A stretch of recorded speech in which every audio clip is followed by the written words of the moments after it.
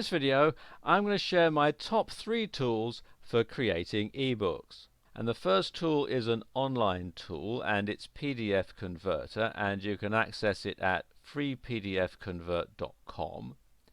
And what you can do via this site is you can convert things like Excel spreadsheets, Word documents, PowerPoint, images, web pages, and other things into a PDF.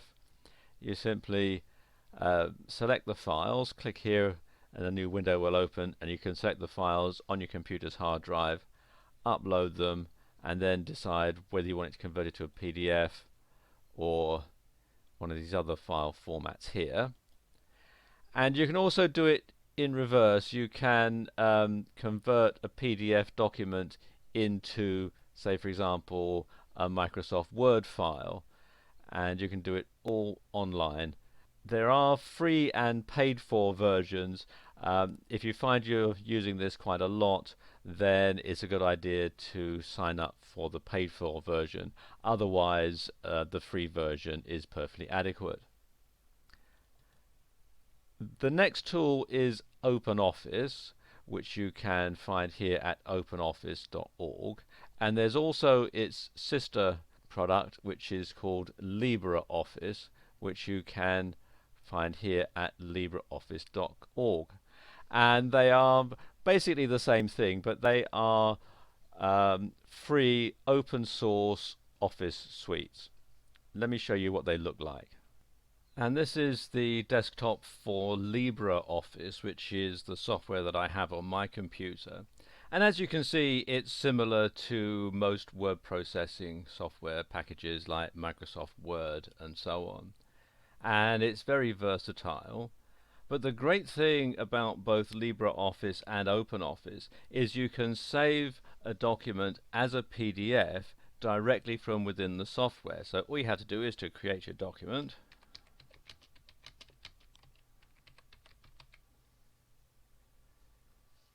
And then click up here on the toolbar, and you can export it directly as a PDF, and it saves you a lot of time, a lot of hassle, and a lot of expense, because of course this software is all free. And the final tool is Google Docs, which you can access from docs.google.com, and you have to have a Google account in order to access this particular service. But if you don't have one, you can set one up. It's all free. And if you have a Gmail account, then you're automatically enrolled. And the great thing about Google Docs is everything is online. So you can access your document from any computer, anywhere, as long as it's able to connect to the internet. And you can also share documents online with other people. So if you're working on an ebook with somebody else, you can both collaborate on the same document and make your revisions, and you don't have to spend time emailing them to one another and so on. So it is very convenient. And the interface and the way that it's all set up is very similar to most standard word processing software packages, like Microsoft Word and so on. So there you go. These are my 3 top tools for creating ebooks. In this video, I'm going to talk you through the 5 big benefits of selling digital products as opposed to selling physical products. And when we talk about digital products, I'm talking about things like ebooks, apps, games, graphic designs, videos, and websites, to name but a few. Now, of course, one of the big advantages of selling a digital product is you have very low overheads.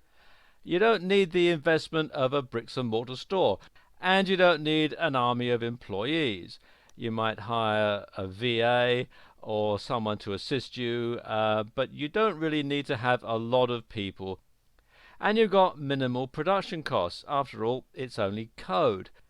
And your distribution costs are tiny. You're going to have to pay for your website and your website hosting, and you might need something like Amazon S3 to handle the storage of your digital product, but you don't have to, send stuff out in the mail like you do when you have a physical product. And you don't have to handle returns. After all, it's only code, it's a digital download. You might be able to deactivate the product if somebody asks for their money back, but you don't have to physically take it back in. And finally, there are higher profit margins. Because your overheads are so low, you can actually charge a lot less for a digital product than you would for a physical product, but you can actually make more money off of the whole thing. Another advantage is you can create your own product fast. There's no lead-in time while a physical product is being manufactured. Now, think about it. Now, I don't know what device you're watching this video on, but it could be on a PC, or it could be on a tablet computer or a smartphone, and that's going to take a lot of time to manufacture. There's going to be time for it to go through the production line in the factory while an army of workers put it together. Plus, of course, you've got all the R&D time that goes into it. You've got to make prototypes, you've got to test it, but you don't have all that hassle when you've got a digital product. And there's quick testing. You can get beta testers to test your digital product. They can get back to you with any bugs, and you can go through the code and you can fix it quite quickly. And it's easy to make updates and changes, as I was just saying, because you don't have a long manufacturing process. If you find a problem, you can tweak the code, put the updated version up on the web space, and start selling it almost immediately.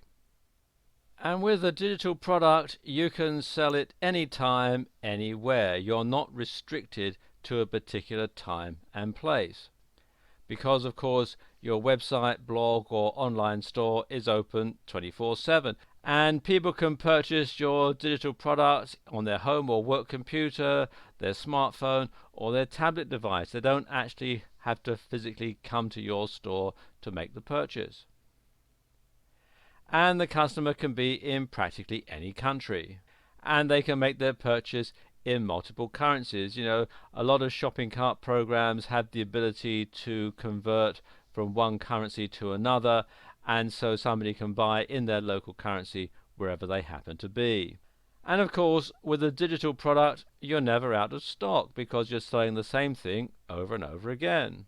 So there's no need to manage inventory, and you can easily keep up with demand. As long as you've got the bandwidth and the disk space, you're good to go. And finally, there are opportunities to make more money. There are multiple distribution platforms for digital products. So, for example, you could have the same product and you could sell it on your website or your blog. You can sell it on ClickBank. You can sell it on Amazon. You can sell it on JVZoo, and so on. Whereas, of course, with a physical product, the options are somewhat more limited. And you can put together joint ventures to make even more money, to come together to create a product that appeals both to your customers and to your JV partners' customers. And there are affiliate sales. You can recruit affiliates to sell your product for you, and you can also sell other people's products as an affiliate, other products which you know that your customers are going to be interested in. So there you go. That's just 5 big benefits of selling digital products. There are many, many more. Have you ever wondered how you go about getting an ebook outsourced? Well, I'll tell you the answers here in this video. And the 3 most popular sites to do this with are iWriter, which you can find here at iWriter.com, Elance, which is elance.com, and Odesk, which is odesk.com. And the way they work is very similar.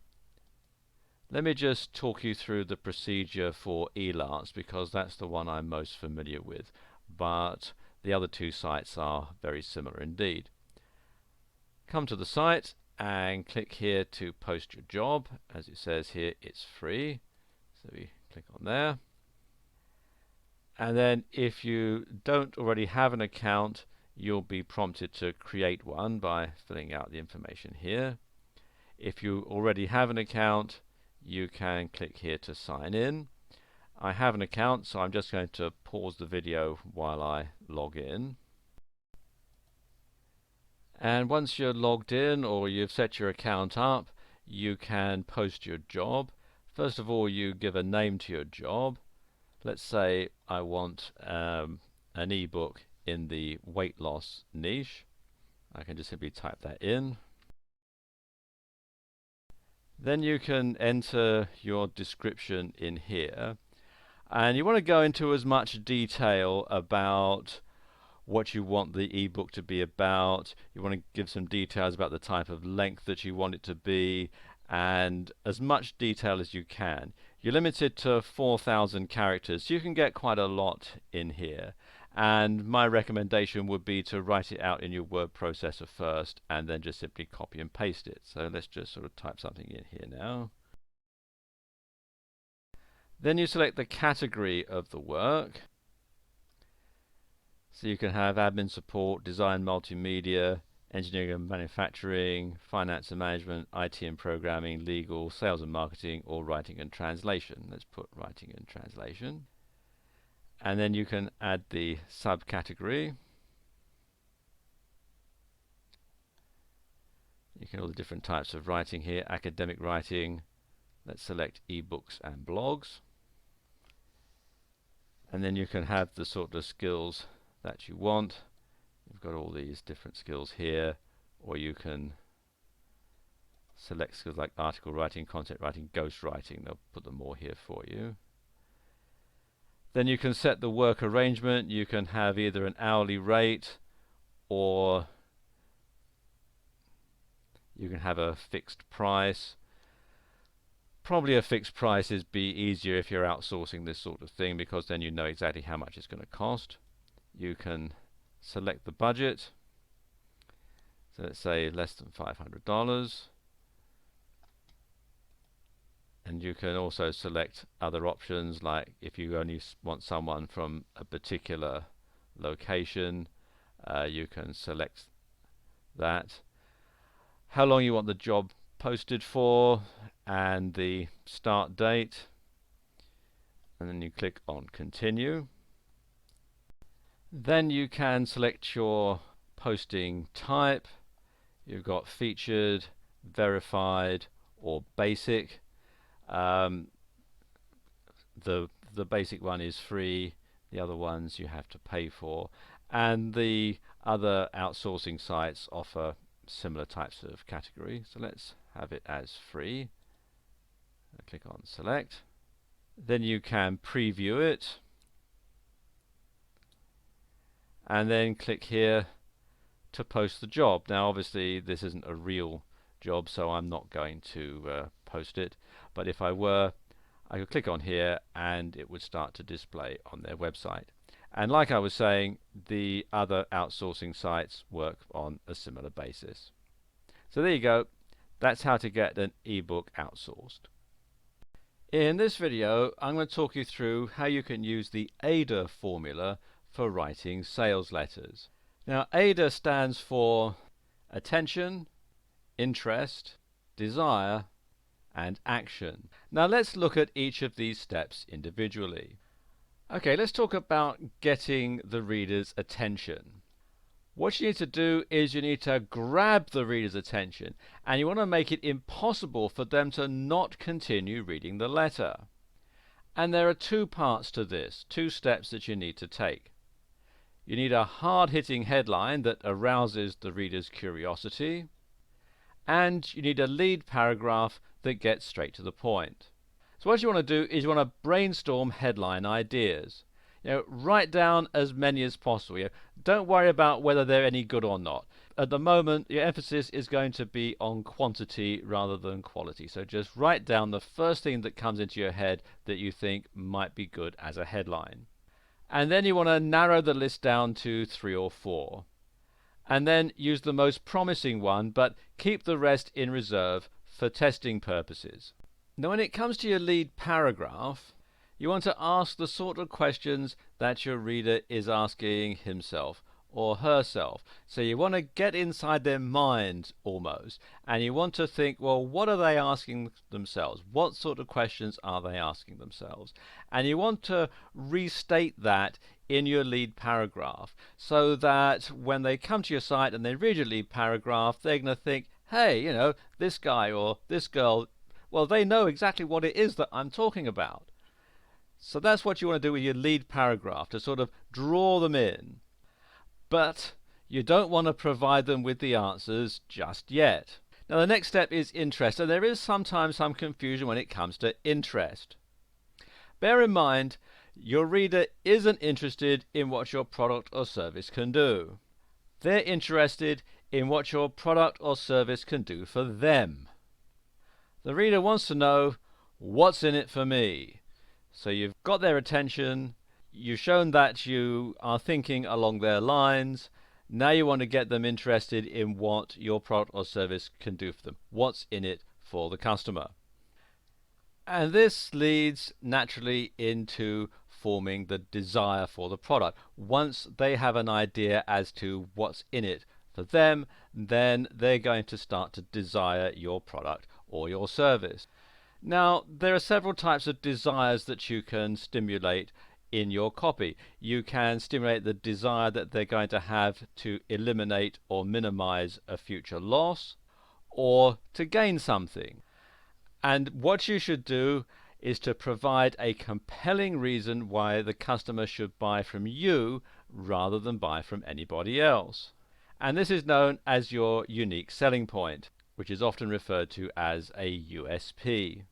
So you want to stress the benefits to the customer. Bear in mind, as we were saying earlier, the customer's not interested in what your product or service can do. They're interested in what your product or service can do for them. So you want to stress the benefits rather than the features. And you want to be specific about what the benefits are going to be to the customer, what they are going to get from purchasing your product or service. And you want to give clear expected results. You don't want to give generalities. So you want to tell them exactly what they are going to get once they have bought your product. Do not underestimate the importance of this step. Your success with this sales letter will stand or fall depending on what you do in this section. This is the most important section of the entire sales letter. Now we come to action, and of course the action that you want is you want to ask for the sale. Actually, I take that back. What you want to do is you want to tell the customer to go ahead and buy now. And you need to instruct them on exactly what they're going to need to do to get hold of your product. Then you want to summarize the benefits, and you want to ask for the sale again, because very few people will actually click the button first time round. So you want to instruct them how they're going to make the purchase. They'll read a bit further down, you summarize the benefits, then you ask for the sale again, and most oftentimes you'll find that it's the second button that people click on. You also want to create scarcity to encourage reluctant purchasers to make up their minds. Some people might think, well, yes, I'm not sure I really need this or not. But if there's a limited quantity or the price is going to go up, then that is going to encourage them to make a decision. And you want to have a guarantee to minimize the risk to the customer, so they know that if it turns out to be not what they want, they can simply get onto you and get a refund and get their money back. And you want to make the buying process as simple and hassle-free as possible for the customer. Another thing that you might want to do is to use the PS of the sales letter to restate the most important benefit or to emphasize your guarantee, and then you want to give the customer another opportunity to purchase. So there you go. That's how you can use the AIDA formula for writing sales letters. In this video, I'm going to talk you through how you can research hot topics to create an information product around. And the first way that you can do that is to browse forums in your niche and see what's being talked about. Simply do a search in Google for your niche and forum, and then take a look at the forums and see what questions keep coming up, see what people are asking, see what answers are being given. So for example, if you're in the weight loss niche, you can just simply do a search here in Google for weight loss forum, and as you can see there are over 41,900,000 results, and then just simply go through some of these forums, some of the top rated ones, and see what people are talking about, and see what questions are being asked, and see the answers that are being given. Another way is to use online research tools. And a few online sites you might want to look at are Google Trends. If you go to google.com/trends, it'll take you to a page like this, and you can choose from global trends or just limited to particular countries. I'm using the global trends for this demonstration. And you can see it's showing what's trending now, what people are looking for on Google. You've got the trends for the previous year. I'm recording this in March 2015, so it's got the 2014 charts here. You can explore in depth graphically. For example, here this shows global interest in Game of Thrones. It shows the trending YouTube videos, and other searches, like for example Justin Bieber versus Miley Cyrus, and so on. And you can use the information on this site to really drill down and see what people are looking for. Another site to look at is Quantcast, which you'll find here at quantcast.com. And what this does is it enables you to see the sort of audience that are being attracted by a particular site or a particular topic. So what you can do is do a search in Google for a particular topic, and then put the highest rated sites through Quantcast to see the demographics and the sort of statistics that this site is generating. And you can either enter a site in here, or you can browse the rankings. Let's just take a look and I'll show you what I mean. For example, if you were to look at, say, babycenter.com, and you can look at data for the United States or elsewhere. Let's use the US data for this particular demonstration. You can see what its rank is. You can see how many people come to the site from a mobile device as opposed to online. You've got demographics, whether the people who visit the site are male or female, and not surprisingly for this particular site they're mostly female. You can tell their ages, they're mostly 25 to 34. They have kids, which would be, you know, as one would expect.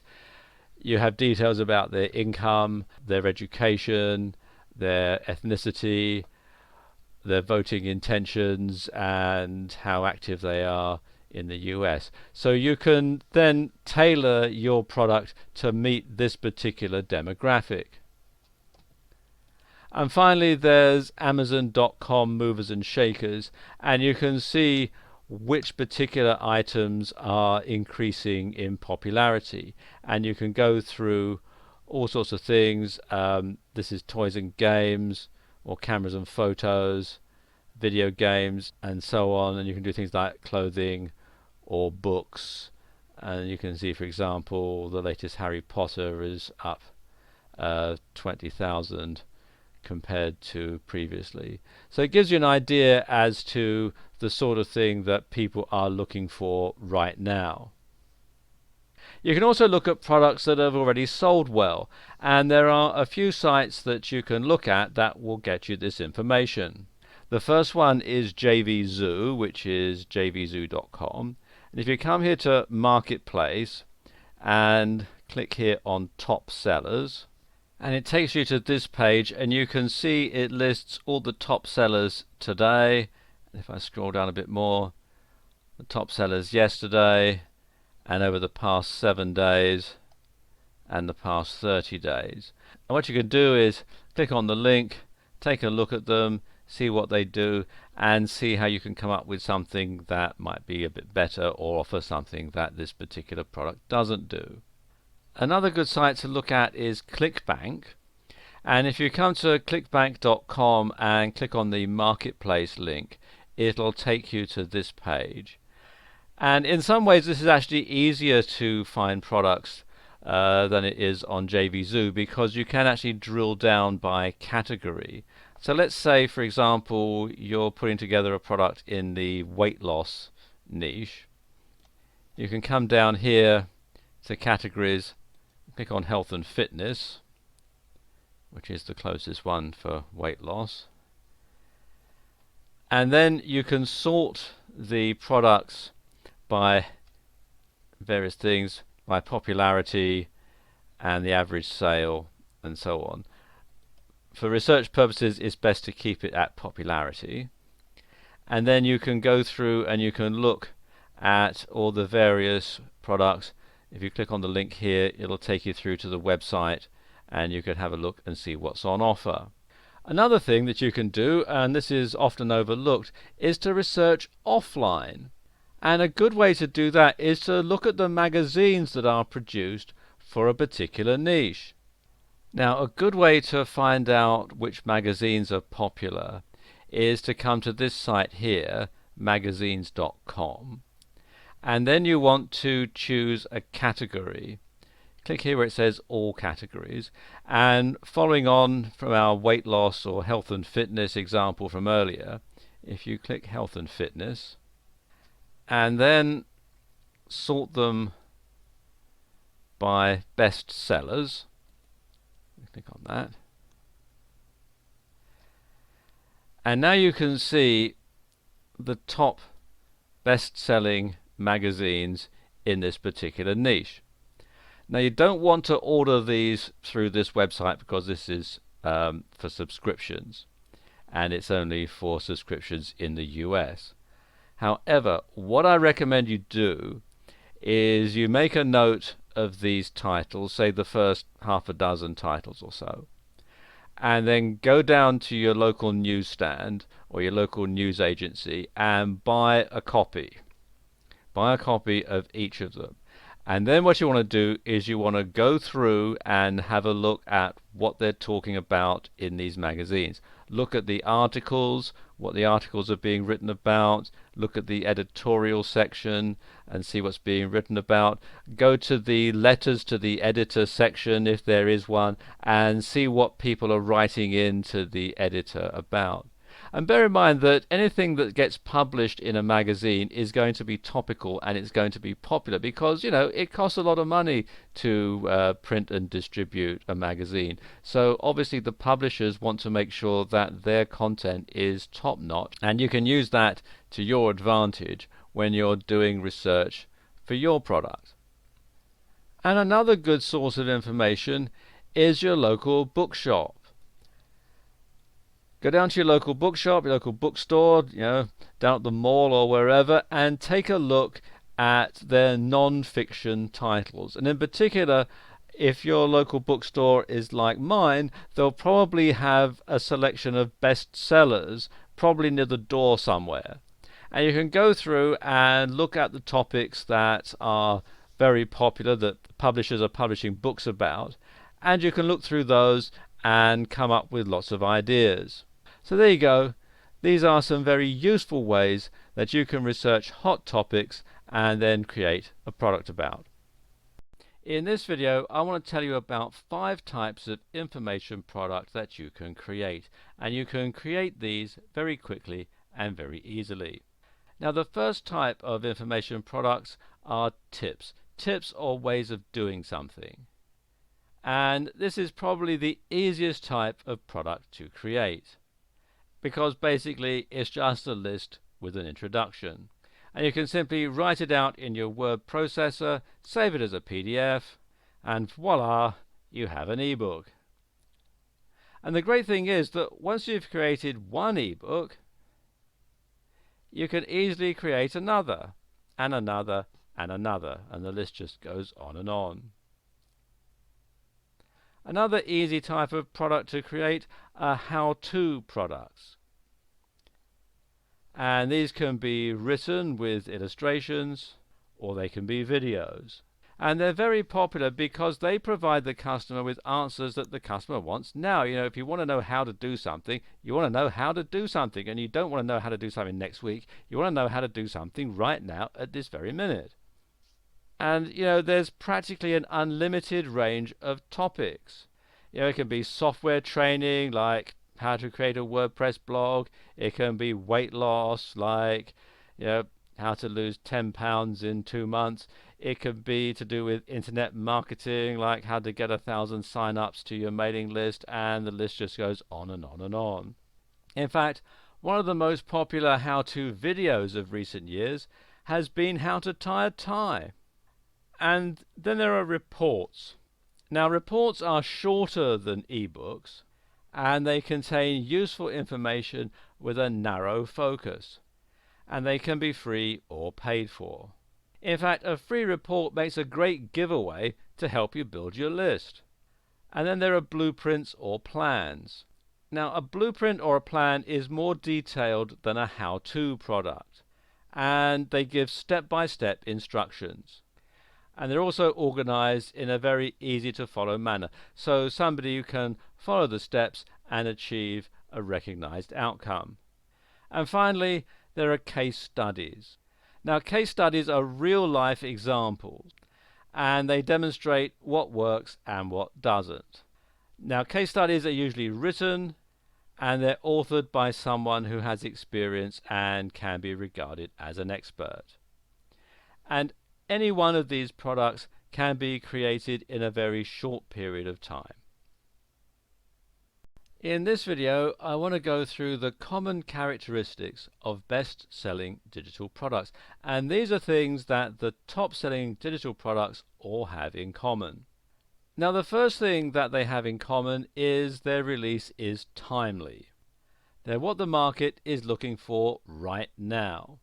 Because, if you hit the market too late, you'll find that most people who were looking for a product like you're selling have probably already got one, and so you're going to miss out on the bulk of sales. But hitting the market too early can be even worse, because you're going to spend all the time and all the effort and all the money getting this product ready. You put it on the market and it bombs, and somebody else comes along, sees your product, tweaks it a bit to make it more market friendly, hits the market at the right time, and boom, they go on to make a mint. So getting the timing just right is one of the key characteristics of successful products. And the price is right, and this is of crucial importance. You have to charge what people expect to pay. You have to charge what people consider to be a fair price. If your price is too high, people are going to think it's too expensive. They say it's not really worth the money that he or she is asking for it, and they'll pass it by.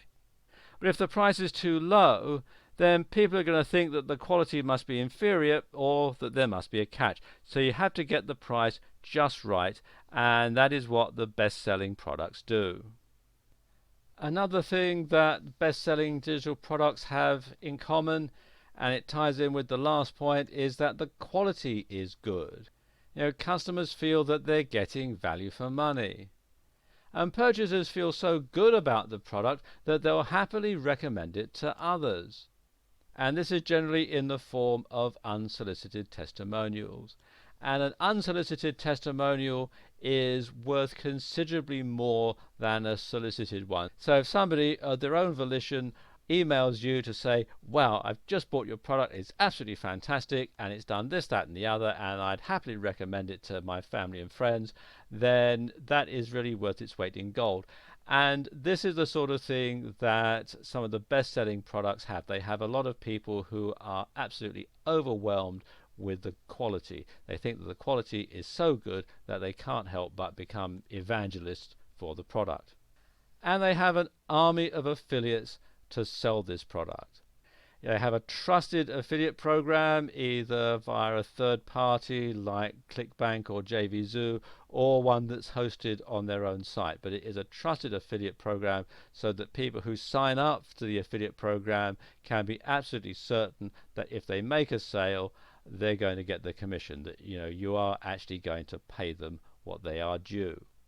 And they have a competitive rate of commission as well, so it's worth their while recommending this product to their list.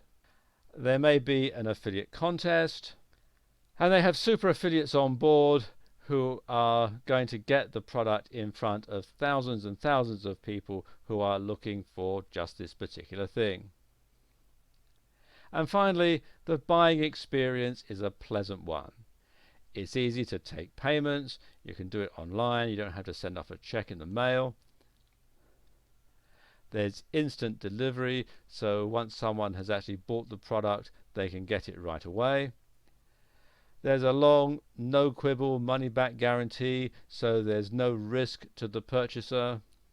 And finally, there's after sales support, so in the unlikely event that there is a problem, they know that there's someone that they can call on to sort it out. So there you go. These are the common characteristics of best-selling digital products. If you make sure that your product has them, then you can't go wrong. In this video, I'm going to talk you through how you can add a product in JVZoo. Okay, log into JVZoo and go to the seller's dashboard, and you can see nice big orange button here that says add a product, it's free. Click on that. It takes you through to this page, and there is a video on this page which goes into quite a lot of detail about how you set this up, but I'll just run through it really quickly. Now, first box here is your basic information, and you can check the radio buttons here for whether or not to allow sales. If you check no, then your product will not be available for sale.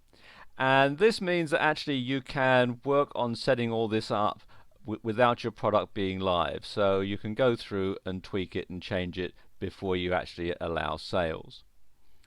Whether you want it shown in the marketplace, yes or no, it's a good idea to have it in the marketplace, because then that allows you to recruit lots of affiliates to sell the product for you.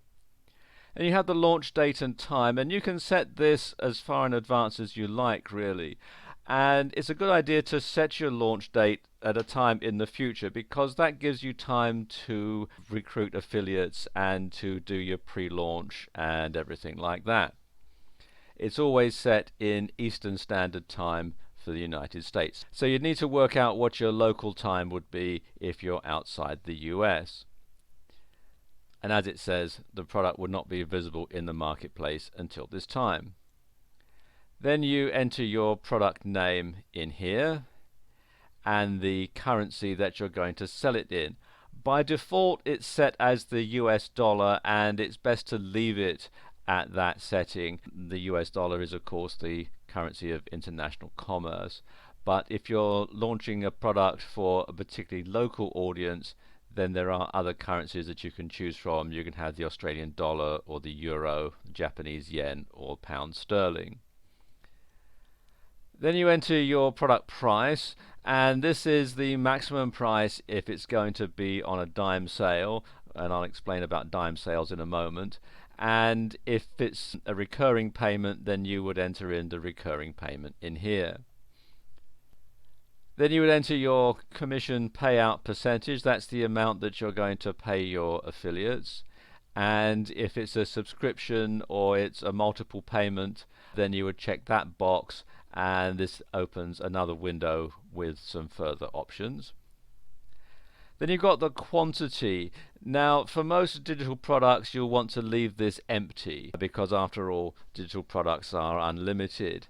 However, if you are, say, having a membership site or a coaching program where you want to limit the number of participants, then you could enter that information in there. Next box is the support email address, and this is the email address that people can use to contact you if they have any problems. Or if you have a help desk, you would enter the URL in there so that people can contact your help desk. Then you have your landing page, also known as sales funnel, squeeze page, or pre-launch.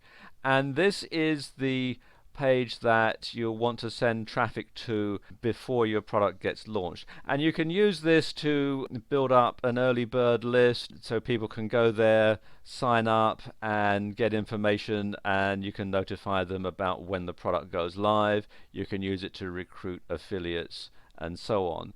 One thing that you'll also want to do is to check this button, yes, to send all traffic to the sales page after the launch date and time. So basically, before your product goes on sale, all the traffic will go to here, and then afterwards it'll go down to your sales page. And this can be either an externally hosted page, or it can be a JVZoo instant sales page. Most people will use an external sales page URL, which is basically the sales page on your website. There is a video about JVZoo instant sales pages actually on the JVZoo website, so I'm not going to go into that in this video. Pass the affiliate ID to your sales page. If you have your sales page set up that way, then you can use it to pass that information on. Generally, you want to keep that checked to no. WF backup sales page URL. This is an alternative URL where sales could be sent if the Warrior Forum goes down. Then you've got the delivery method, and you can have either a protected download or a thank you page. It's a good idea to have a protected download because that means that JVZoo will actually host your product for you. And if you've got something like, say, a video product that's going to take up a lot of bandwidth, then it's a good idea to avail yourself of this service. Then we have the return period, and you can set the number of days. As a rule of thumb, the longer you set this, the less likely you are to get returns. You can check this box to make it eligible for product of the day, and it's a good idea to do that because then you can enter it into this contest, and if it's picked as product of the day, then they will tell a lot of affiliates and people about your product, so it's a good idea to check that. Then we've got the affiliate approval, and you can either have manual approval, auto approve, or no affiliates allowed. They recommend that you set it to manual approval, and that's a good idea, and it's best to leave it at this default setting because that stops you from being scammed, really. Then you have your affiliate terms and requirements and notes to affiliates and your custom receipt info, and this is all fairly self-explanatory. It's HTML enabled, and what you can do is write everything out in your word processor and then copy and paste it in here. When you archive a product, you actually delete it, so it's best to keep that as no as long as your product is on sale. A couple of other things that I'll just show you over on the other side here. First of all, here is make a dime sale. There is a video about dime sales, but I'll just explain it very quickly. Basically, you start off with a start price, and you can increase it by a certain amount every so often. So let's say you start with a start price of, say, $9.99, and you increase it by 10 cents every 10 sales. Then it will keep increasing by 10 cents every 10 sales up until you get to this maximum price. So that's how it works. You've also got things here like autoresponder integration. You can integrate your GetResponse or SendReach or Aweber accounts in with this. There's also webinar integration and so on. Now once you've got everything set up, you can click on this button here to save product, and you can basically get the ball rolling. Your product won't actually show until your launch date and time, but after that you'll be able to start driving traffic and making sales. Be sure to check the yes radio button once your product is ready to go live. And just another thing to mention here, and although JVZoo say that this is free, it is sort of, because they don't charge you anything up front, but they do take a 5% commission out of every sale. So there you go, that's how you can add a product in JVZoo. In this video, I'm going to talk you through how to install WordPress onto your site. There are two ways that you can do this, And the easiest way is from your web hosting control panel. Now, this particular account that I'm installing WordPress on has cPanel hosting, so I've logged into cPanel. If you have a different type of hosting package, then your control panel might look a bit different. And if your website hosting package comes with either Fantastico or Softalicious, then the installation process is very straightforward indeed. Some other hosting packages come with their own proprietary control panel, which does also include an installation button for WordPress, like I'm going to demonstrate here. Okay, I'm going to scroll down to the bottom here, because this particular hosting account comes with Softalicious, and I'm going to select WordPress. So I click on there. It takes me through to this page, and when I select the Install tab, then you can start to see all the information that you need to enter in. You can choose the protocol, so if your site has a security certificate, you can choose between HTTP and HTTPS. I'm going to leave it at the default settings. You can choose a domain, so if you have a subdomain, then you can add it on here. You can choose the directory. By default, WordPress will set things up in the WP directory. However, if you want to have it in the root directory, then just simply delete that. It'll give you the database name and the table prefix. You can change these if you want. I'm going to leave it all at the default settings. Let's scroll down a bit further. Then you give the site a name and the site a description. Because this is just a demonstration video, I'm going to leave these at the default settings, but normally I would put the proper site name and description and so on in there. Then you want to add the administration account. By default, it will set it up as admin. Personally, I would change this because hackers know that most WordPress blogs have the admin username as admin. Because this is just a demonstration, I'm going to leave it at admin. Password you need to enter in. Let's put something in. Actually, you can click here and generate a random password, although you should be certain to copy and paste that onto your computer's clipboard and then save it as a text file, just so that you know exactly what it is and you don't find yourself locked out of your account. You've got the admin email. It'll set it at admin at your domain by default. I'm going to leave it at this setting. You can set the language. It'll set it as English by default, but you can have all sorts of other different languages if you're in a non-English speaking country. Limit login attempts. That's always a good thing to have, because if a hacker tries to attack your site and tries to make its way into the dashboard, then you can limit that and it'll lock them out after a certain period of time. And then you can set the themes. As it says, this is optional. If you don't select it, a default theme will be installed. And then all you do is come down to the install button, and you can have it email installation details to an email address, and I recommend that you do that, because then it's going to have a reminder of what the username and the password is. I'm actually going to skip that because I've got it copied.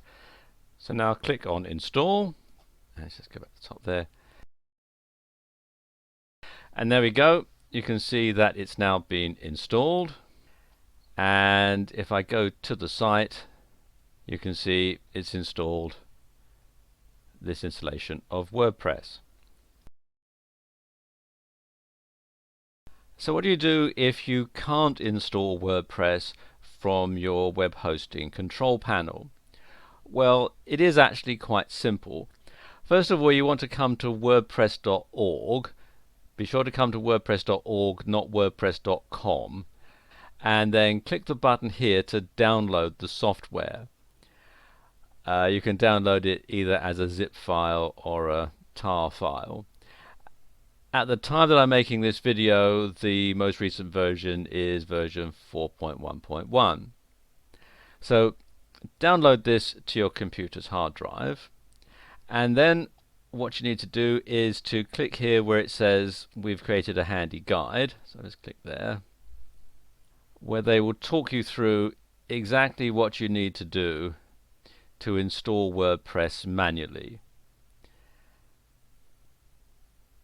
And as they say, it's the famous 5-minute install. It only takes 5 minutes to install this. You'll need some FTP software to install this on your server. And the best one that I know of is FileZilla, which you can download from filezilla-project.org. And this is a free FTP client, and it's very, very easy to use. So there you go. That's how you can install WordPress onto your site.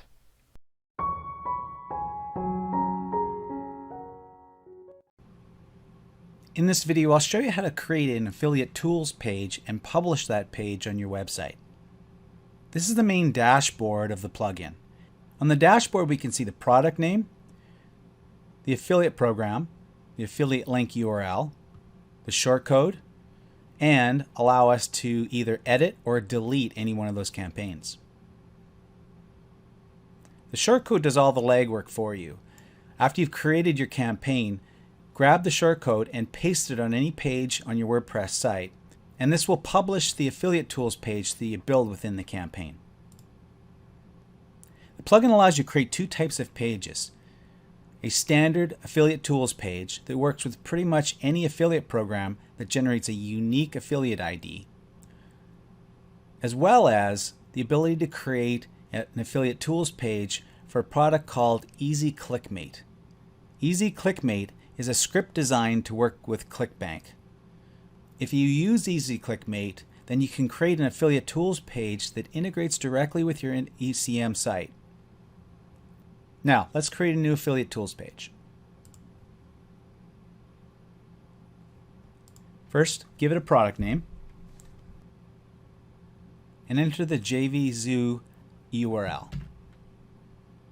Wherever the unique affiliate ID is within that URL is where you need to make sure that you replace it with this code snippet. This is the dynamic token that gets replaced whenever an affiliate enters a unique affiliate ID on the front end of your website. Now, click Save Resource Page. So the campaign's been created, and now we can start adding tools to the campaign. Scroll down the page, and we have a number of tools that we can select from. We can create tweets, email swipes, articles, signature blocks, banner images, other images, and rebrandable reports. We can also insert headlines and HTML code. Let's start by inserting a headline. Click on Headline, click Edit, and give it a title.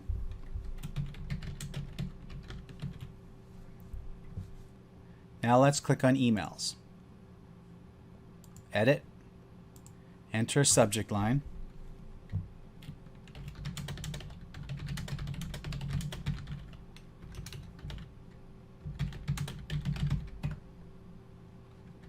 and we would just enter the text of the email. You can continue adding as many tools as you like.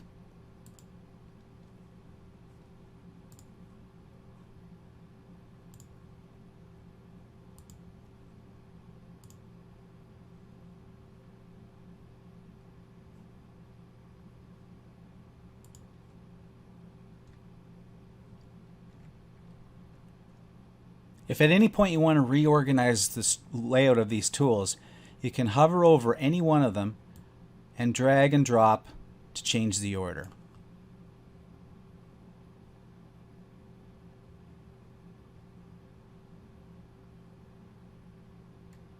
And once you're done, click Update Resource Page.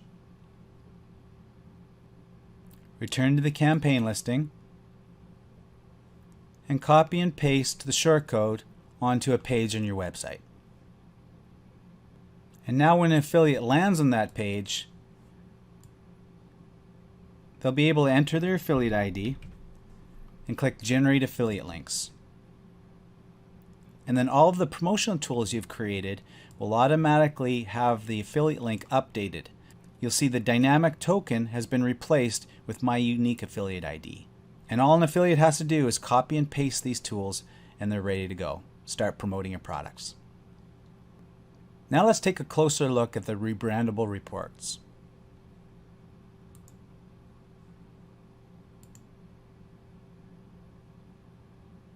Click on the Rebrand Reports under the toolbar. Now click Edit. Setting up the rebrandable report under the Affiliate Tools plugin is quite easy. An image URL is useful for showing an image of the rebrandable report on the Affiliate Tools page. You'll first need to upload that image into your media folder and then grab the URL and paste it into this field. Next, you need to enter the URL where your PDF report is currently sitting. So you've uploaded it into your media file, grab the URL there and paste it into this field. Now it's important to note that your PDF report needs to be created and published using OpenOffice. Make sure that any link that you enter into your PDF report is formatted using the dynamic token as shown here. Now let's see what that looks like on the front end.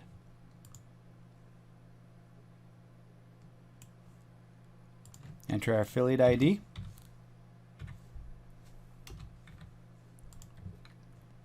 Here's the image of the report. And all the affiliate has to do now is click Rebrand and Generate Report. And the report's automatically rebranded and downloaded to their desktop. Let's open it up. And if I hover over the link, you can see in the lower right hand corner that my affiliate link has been updated with my unique affiliate ID.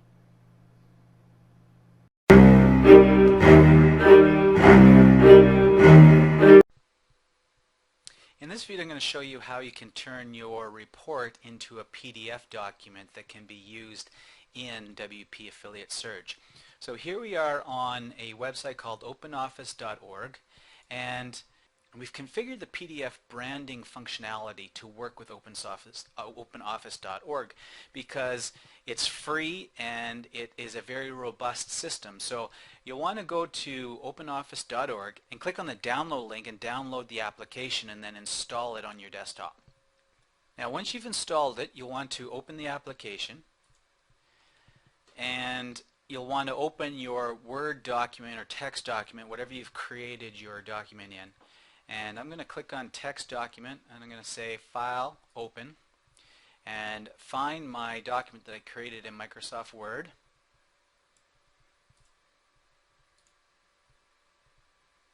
And load the file. Now I've already gone ahead and put my links in here and I'll show them to you. So here's an example.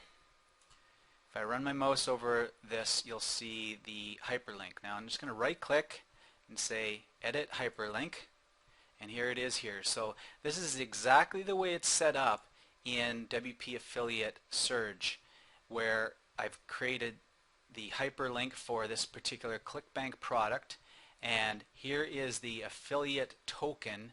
You want to make sure that that's set up exactly the way I'm showing it to you here, with the XXX before and XXX after AFFID, followed by whatever your affiliate link structure is. In this particular example, it's a ClickBank product. So you'll want to go through and make sure all of your links are formatted like this, using this as the affiliate token. So I've done that for all of my links in this report, and now all I need to do is to convert it to a PDF document. So I'll click on File and Export as PDF and click Export. And then give it a file name. and now it's saving as a PDF document.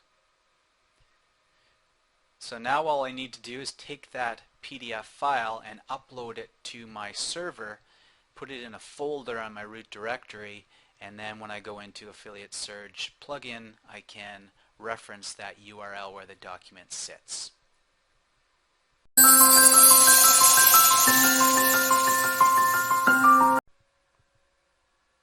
In this video, I'm going to walk you through the new brandable PDF report tool that we've added to the WP Affiliate Surge plugin. So what I have here is a report that I'm going to convert to PDF format and have available for my affiliates to download. And what they'll actually be able to do is enter their affiliate ID and click Rebrand, and the report will be generated with all of their with the affiliate links all replaced by their affiliate link. And let me show you what you need to do to your report in order to set it up before you convert it to a PDF document. So you'll want to go and find the relevant links that are affiliate links in your report. I'm going to scroll down here to one of the main areas. Now here's the link that I want to have the special token placed in so that when they enter their ID they'll be able to rebrand that affiliate link.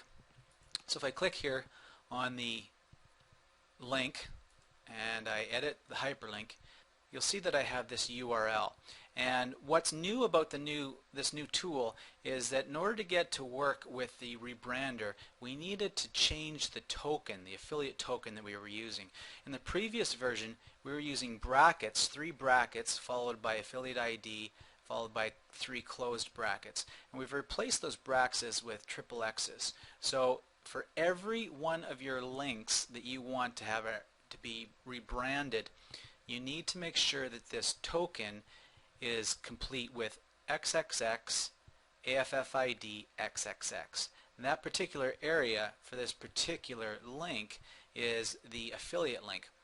I'm using ClickBank here as the example. So this is the affiliate link, this is the vendor link, and then followed by the standard URL code for ClickBank. So for every one of my links, I need to make sure that I have XXX, AFFID, XXX in there, and that will be all replaced with whatever the affiliate enters as their affiliate ID. Now that's how a typical ClickBank hop link works, and you would do that for any type, whatever affiliate system you're using on your report. Simply put that affiliate token in there with the XXX, FID, XXX. Now let me show you what it looks like when using Easy ClickMate. I have an example in this same report. So if I scroll up here, you'll see this link right here called Easy ClickMate. That is an Easy ClickMate affiliate link to purchase the Easy ClickMate software. So this is an added bonus to your affiliates that they can, if they send this out to their list and somebody makes a purchase of Easy ClickMate by clicking on this link, they'll also get the commission for that link.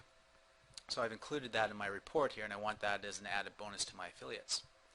So if I highlight that link and click on hyperlink, and this is the standard format of an Easy ClickMate URL with the affiliate ID embedded in the URL. So make sure that your format of your URL looks pretty much identical to this, replacing your domain name here and whichever product ID you're using here. And make sure that the offer equals XXX, AFFID, XXX in this area right here. I'll include this as text along with this video that you're watching now so you can refer to it if need be. So that's the standard structure. Make sure you use that affiliate token in that place right there for the Easy ClickMate link. So I've got all my I've gone ahead and I've updated all my links as I've just shown you. This report's now ready for me to convert to a PDF document.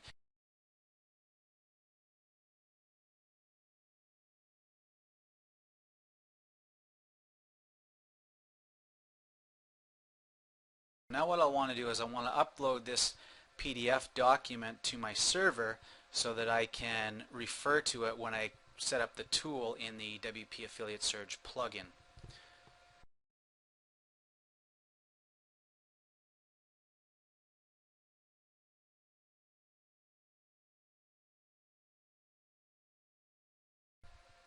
Okay, so I've gone ahead and uploaded my document. So now I'll edit my current page. And now you're going to see this new tool here called Rebrand Reports. And first I'm going to insert a headline. And I'll edit that and give it a title.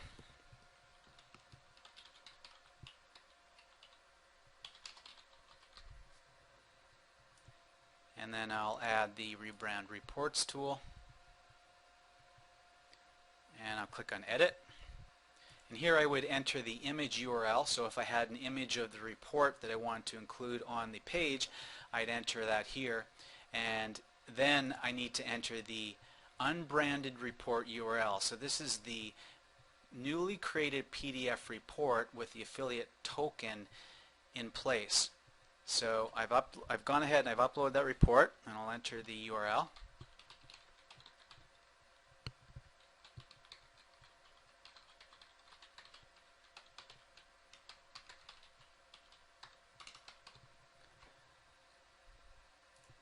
And then I'll scroll up and I'll hit update resource page. And now that report has been added to my tools page. So now I'm going to go view it. And if I scroll down here, I should see it on the bottom. Rebrandable reports. So enter your affiliate ID to rebrand and generate the report. So in order to get any of these affiliate links to work, I have to enter my affiliate ID.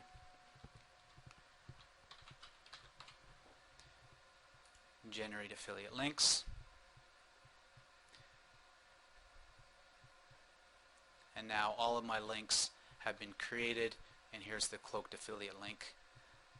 If I scroll down, I should now be able to click on this blue button that says Rebrand and Generate Report.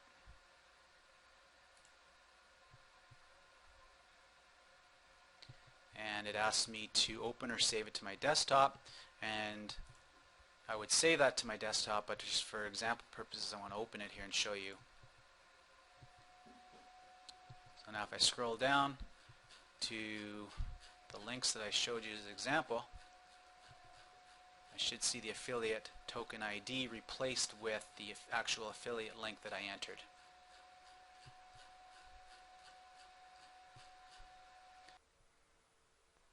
And there it is. So the affiliate token ID has been replaced with the affiliate ID that I entered when I generated the links. So you can see how easy it is for your affiliates to enter the affiliate ID, rebrand the report, and now they can send this report out to their mailing list.